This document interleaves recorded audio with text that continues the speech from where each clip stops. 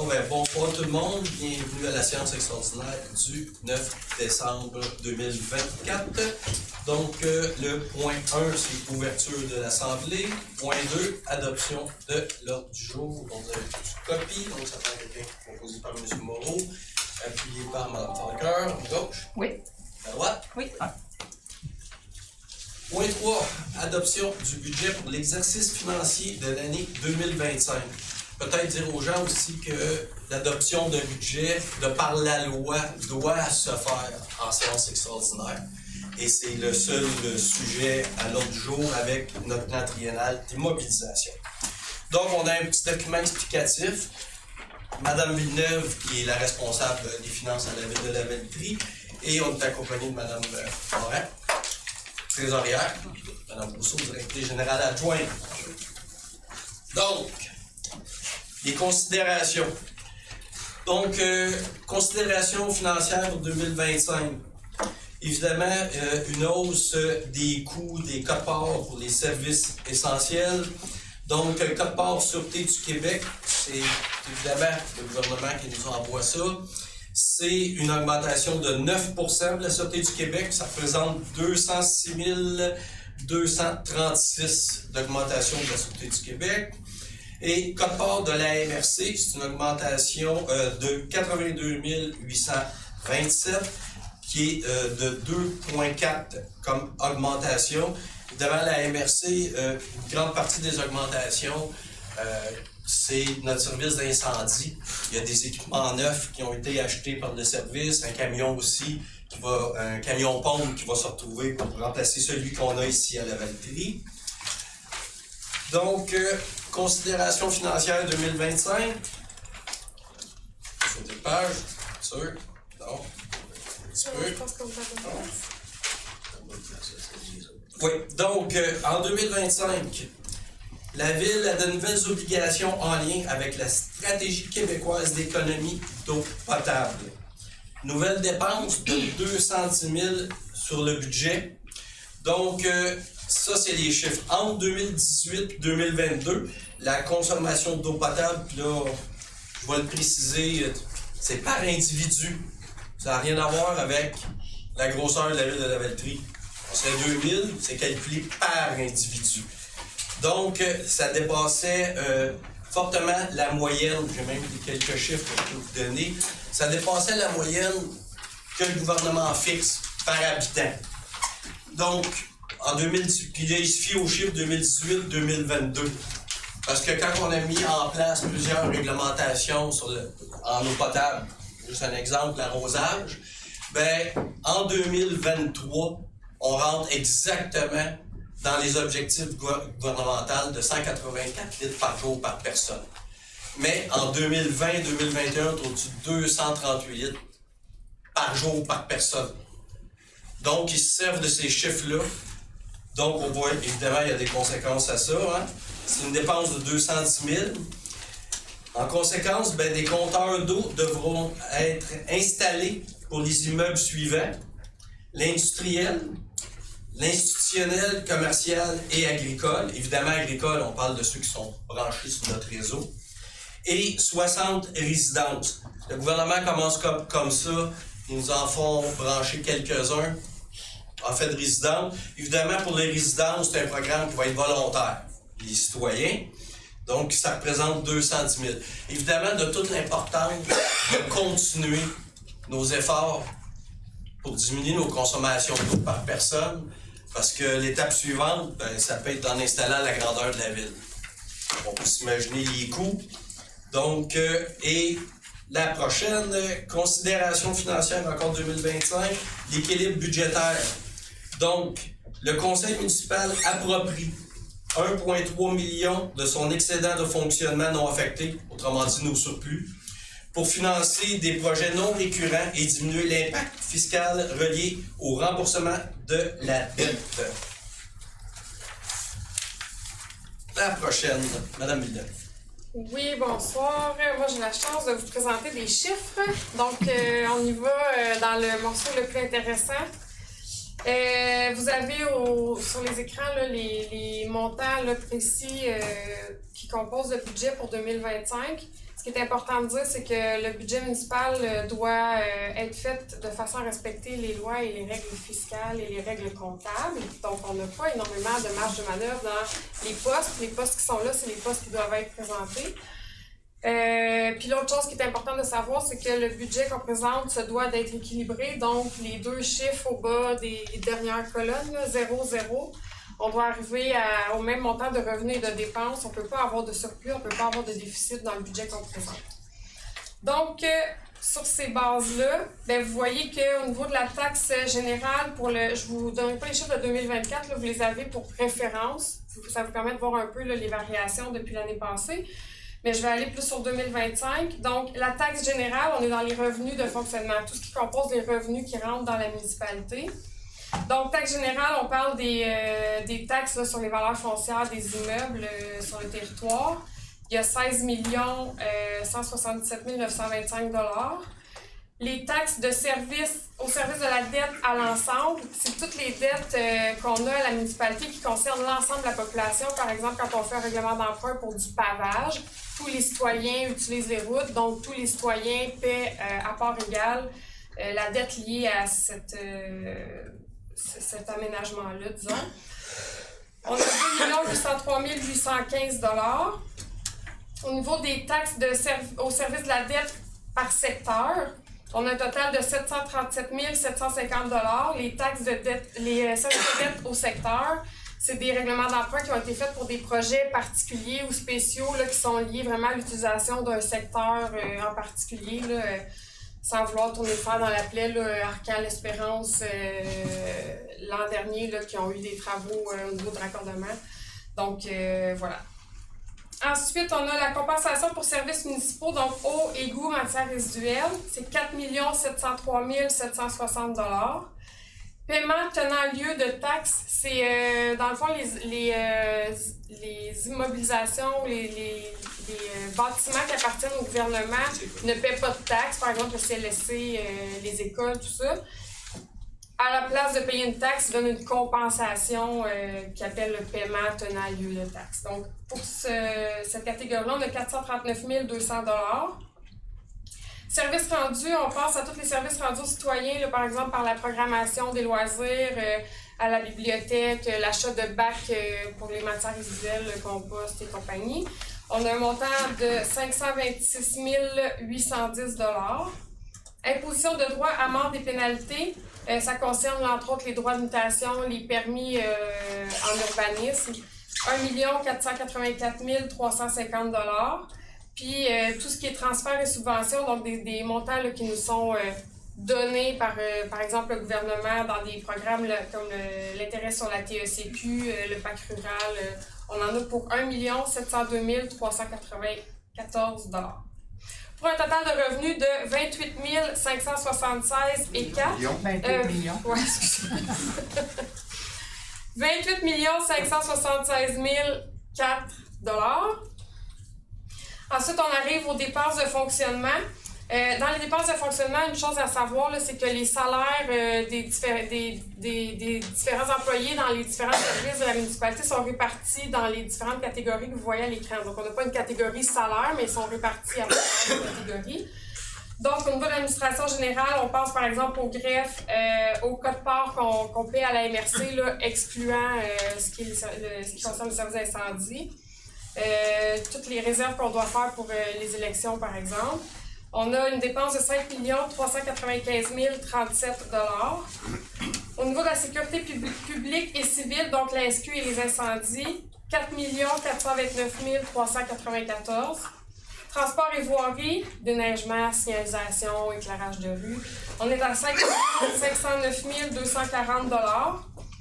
Hygiène du milieu, donc égouts, aqueducs, matières résiduelles, 4 572 341 $.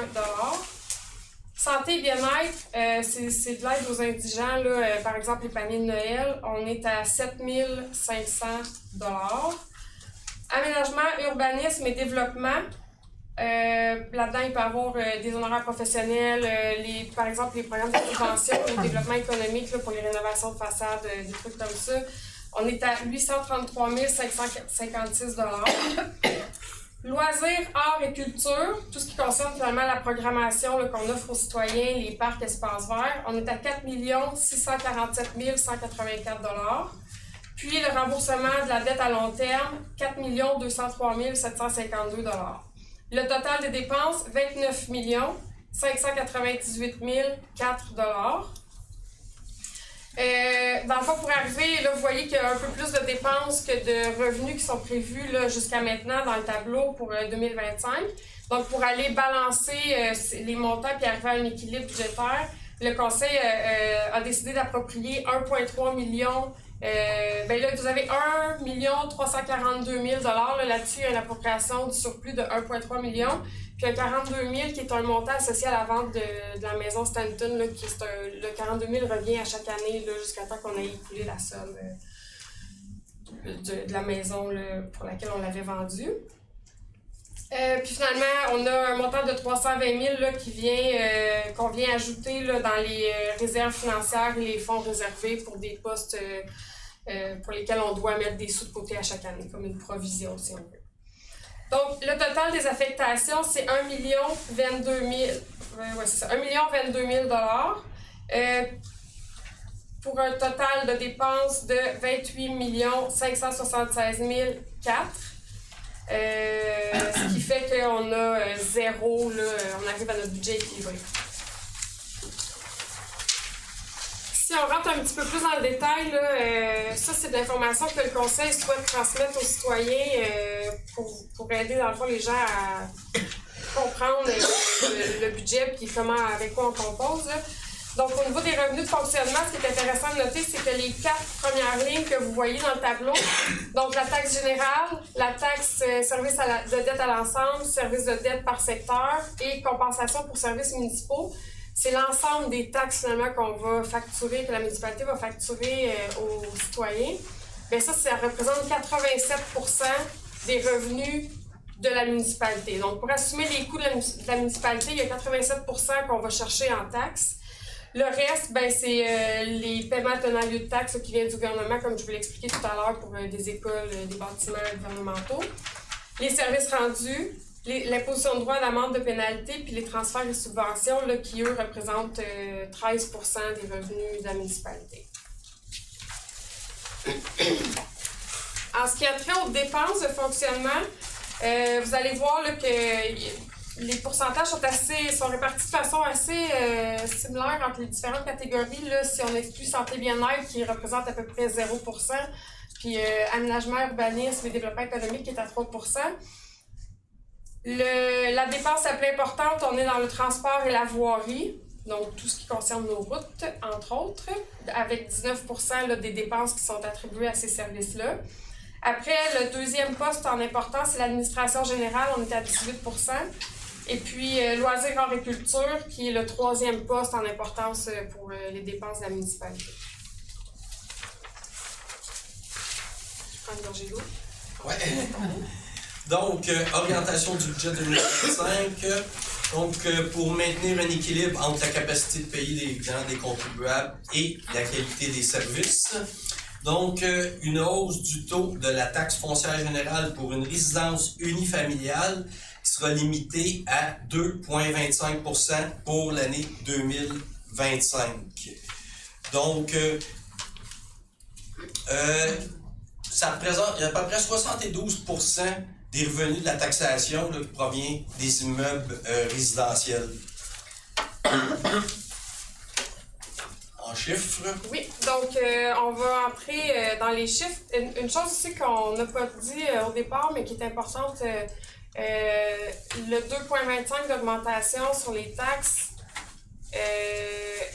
sachant qu'on n'a pas coupé dans aucun service qui est offert à la population. Là, on a vraiment souhaité arriver avec un budget équilibré, mais en n'allant pas couper dans les services, puis en ayant une hausse de taux, on va dire, raisonnable.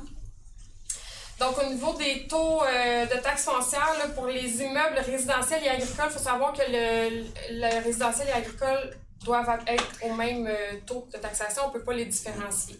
C'est une obligation de la loi. Donc, on a, comme M. le maire l'a dit, là, une augmentation de 2,25. Le taux de 2024 passe en 2025 à 0,5157. C'est important aussi de se rappeler que les taux de taxes sont toujours sur une tranche de 100 $.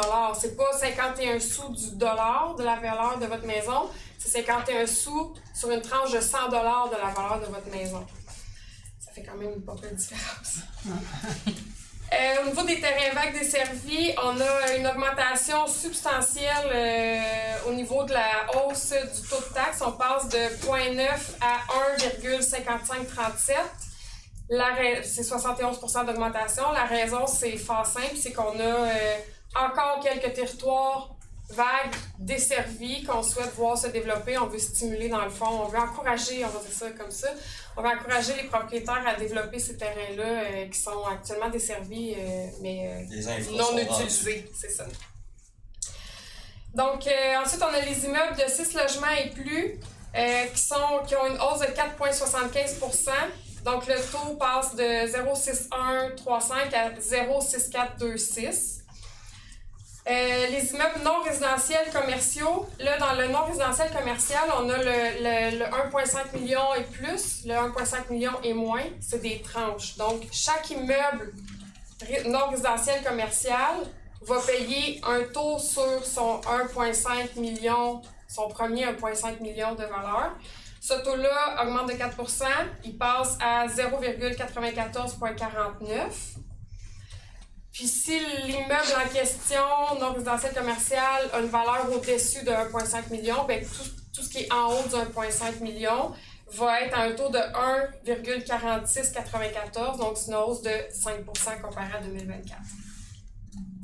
Le même principe s'applique pour les immeubles industriels, mais la tranche n'est pas tout à fait, le seuil n'est pas tout à fait à la même place. Là, on est à 1 million et moins, 1 million et plus. Donc le premier million augmente de 4 %. On est à un taux de 0,8320. Puis, tous les immeubles industriels qui ont une valeur de plus d'1 million, bien, en haut du million, le taux va être à 1,26. C'est une augmentation de 5 %. Vous voyez que, comme M. le maire l'avait dit précédemment, le taux de base résidentiel est à 2,25. Par contre, dans le commercial industriel, la hausse est un petit peu plus élevée parce qu'on veut répartir la charge fiscale de façon un peu plus équitable, disons, entre les commerciaux industriels et les résidentiels. Ce qui fait que la taxation va venir un petit peu plus du commercial puis de l'industriel, puis un petit peu moins du résidentiel. Ensuite, j'ai finalement la autre taxe foncière générale. Ça, dans le fond, c'est tout ce qui est le service de la dette. On a une augmentation, là, le chiffre paraît gros, l'augmentation est de 13,66 %, mais quand on regarde les montants, on passe de 0,889, mettons presque 9 sous, à 0,1010. Fait que, tu sais, le pourcentage est très élevé parce que c'est des tout petits montants. Voilà. Bon, le même principe d'augmentation de 2,25 % s'applique sur tous les tarifs de services résidentiels. Donc, quand on parle d'eau, d'égout, de gestion de matières résiduelles, puis de gestion de fonds septiques. Là, vous avez les montants qui étaient facturés pour 2024, puis la différence pour 2025. Là, si vous voyez, on voit rapidement les différences. Il n'y a rien qui augmente de plus que 6 $ entre 2024 et 2025, 6 $ pour une année complète. Quand on fait le calcul de l'ensemble de ces services-là, on est à plus 22 $ pour un an, ce qui représente 1,83 $ par mois pour les services résidentiels. C'est à vous, M. le maire. Donc, incidence fiscale pour une résidence unifamiliale moyenne. La valeur d'une résidence unifamiliale moyenne à la Valtrie, c'est 415 000. C'est la même chose qu'en 2024. C'était 415 000, parce que les nouveaux rôles d'évaluation sortent une fois aux 3 ans. Donc, on est toujours à 415 000 pour une résidence unifamiliale à la Valtrie. Donc, la taxe foncière générale, on passe disons, en 2024, 2093 à 2140, qui est une augmentation sur la taxe foncière générale de 47 $. Autre général, c'est le service de la dette. On était à 369, on passe à 419, c'est 50 $ de plus. Eau égout, 457, on passe à 467. Comme Mme Villeneuve le disait, c'est une augmentation pour les services de 10 $. Gestion des matières résiduelles, on était à 246, on passe à 252, une augmentation de 6 $. Donc, pour une résidence de 415 000, en 2024, 3 165. En 2025, c'est 3 278. Donc, une augmentation pour les résidences moyennes de la Valtrie de 113 $ par année, évidemment, qui représente à peu près 10 $ par mois. On passe maintenant au programme. Faut adopter le budget avant. On adopte le budget avant, puis après ça, le triennal, OK. Donc, l'adoption du budget. Vas-y, madame. Oh. Bon, là, je ne redirai pas tous les chiffres. Là. Dans le fond, je propose que le Conseil municipal adopte le budget pour l'exercice financier de 2025 tel que nous venons de le présenter. C'est tout. Donc, proposé par Mme Villeneuve, appuyé par Mme Ranger. À la gauche? À la droite? Oui. C'est tout. Point 4, adoption du programme triennal d'immobilisation. Donc, évidemment, de par la loi, on se doit de faire un programme triennal d'immobilisation pour la ville. Donc, je vais commencer par les réalisations en 2024 de notre programme triennal d'immobilisation. Donc, en 2024, on a terminé la mise aux normes de l'église. Évidemment, c'est les rénovations extérieures qu'on a faites à l'église. L'aménagement d'un écocentre. Réhabilitation de conduites sanitaires sur différents tronçons et réfections de rues.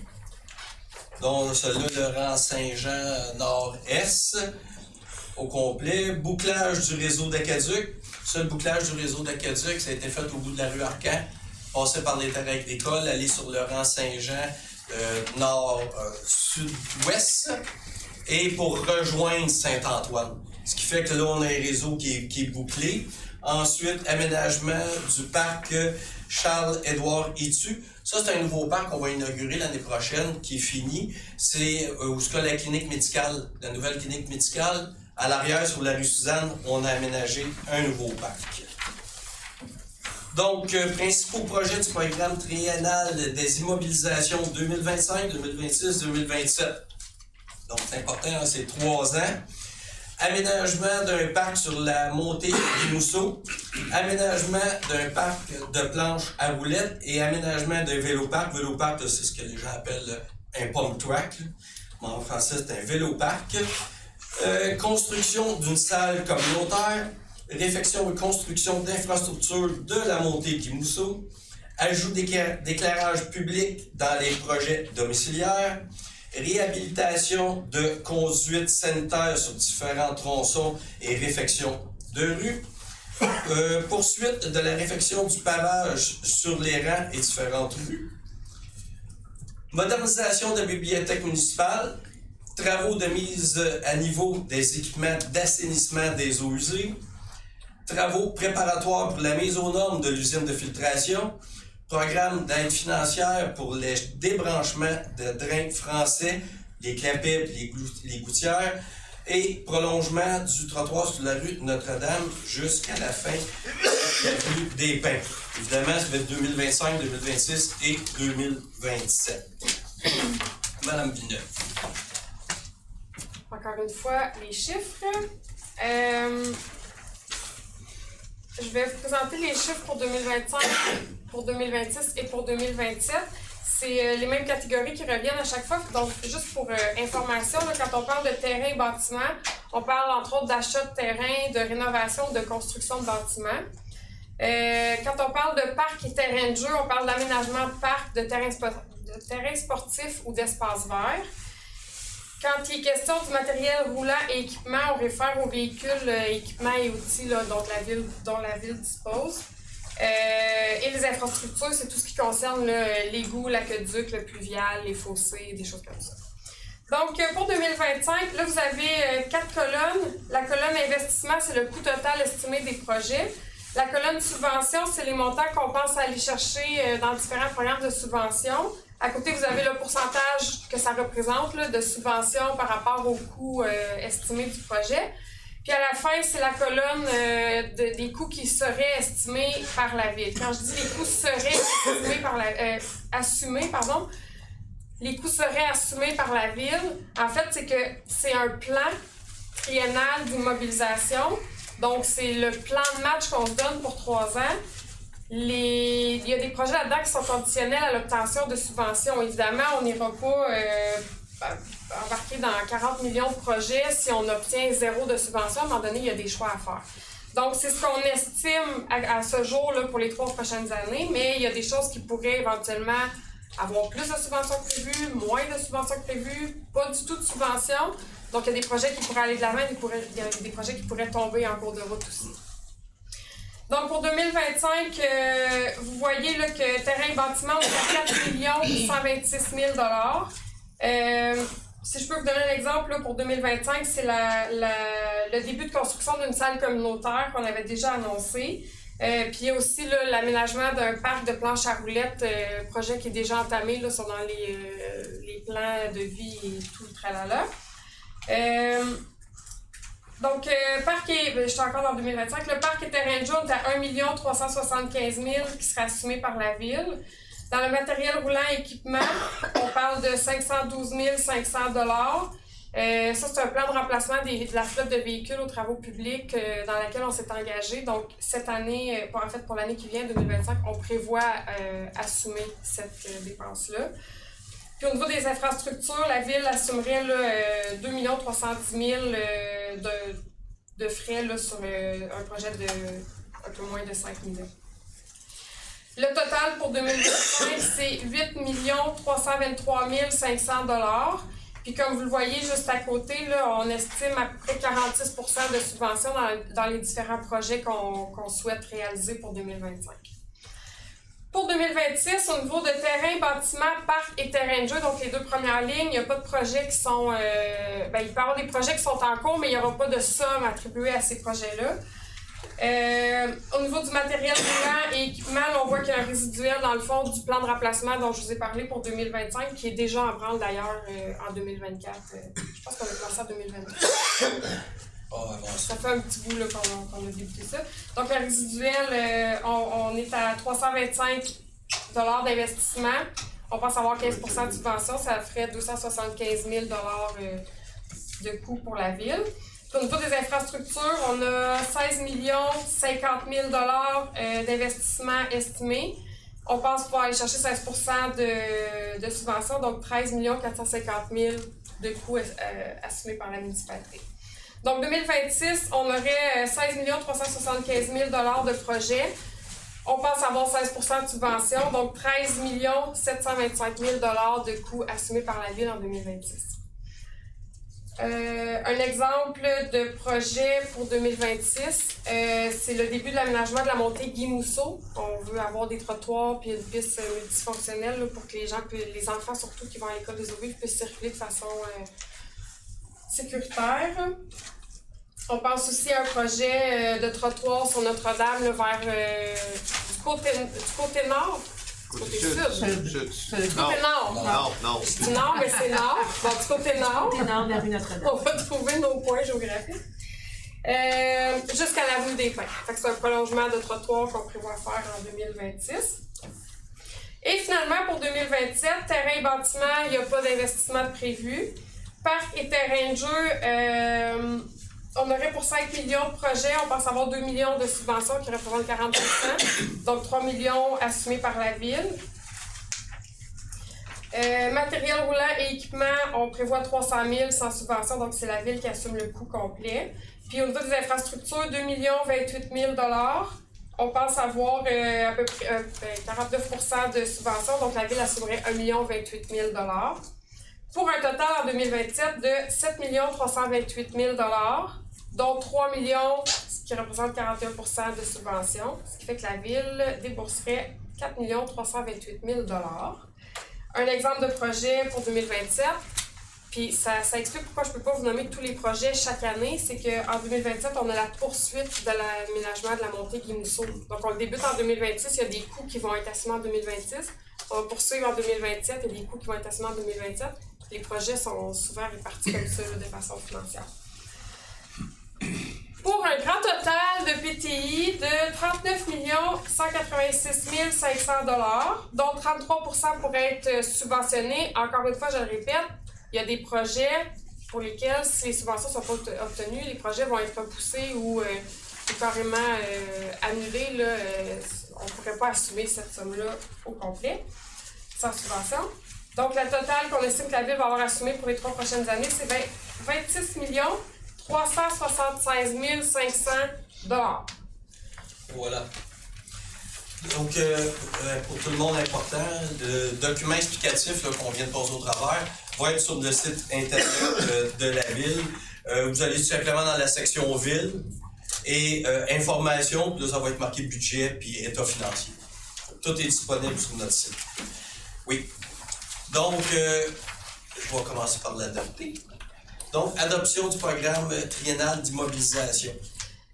Donc, conformément à l'article 473.1 de la loi sur les cités et villes, je propose que le Conseil municipal adopte le document intitulé Programme triennal des immobilisations 2025, 2026, 2027, tel qu'on l'a présenté et qui sera annexé à la résolution. Donc, proposé par Mme Villeneuve, appuyé par Mme Ranger à ma gauche. Oui. À ma droite. Oui. Merci beaucoup. Premièrement, j'aimerais dire un immense merci à l'administration. Il y a eu un travail colossal de fait, très beau travail. Donc, Mme Rousseau, DG adjointe, Mme Morin, trésorière, bravo.